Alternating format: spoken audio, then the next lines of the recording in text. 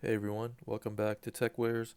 Today is November 2nd, 2024, and we're diving into the Intel Core Ultra 200K review summary and comparing its performance against the 14th gen CPUs. So let's see how it stacks up. Intel Core Ultra 200K has been making headlines, but how does it really perform? We've got the details from the latest review summaries. So, the Core Ultra 200K shows a 5% improvement in application performance compared to its predecessors. However, when it comes to gaming, it's a bit of a mixed bag. The performance is about 6% lower than the 14th gen CPUs and the competition. One of the biggest drawbacks is the cost of upgrading. The Core Ultra 200K requires a high-end motherboard and isn't compatible with DDR4 RAM, making the upgrade quite expensive.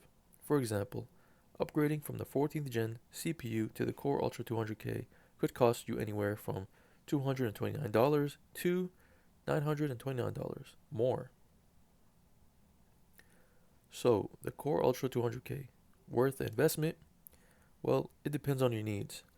If you're looking for better multi-core performance and efficiency, it might be worth considering. But for gaming, you might want to stick with the 14th gen CPUs for now.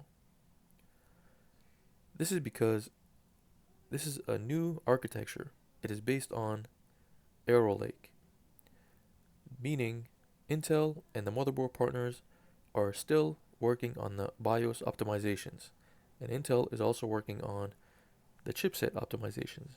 Also, Microsoft needs to optimize for the architecture for Windows operating system.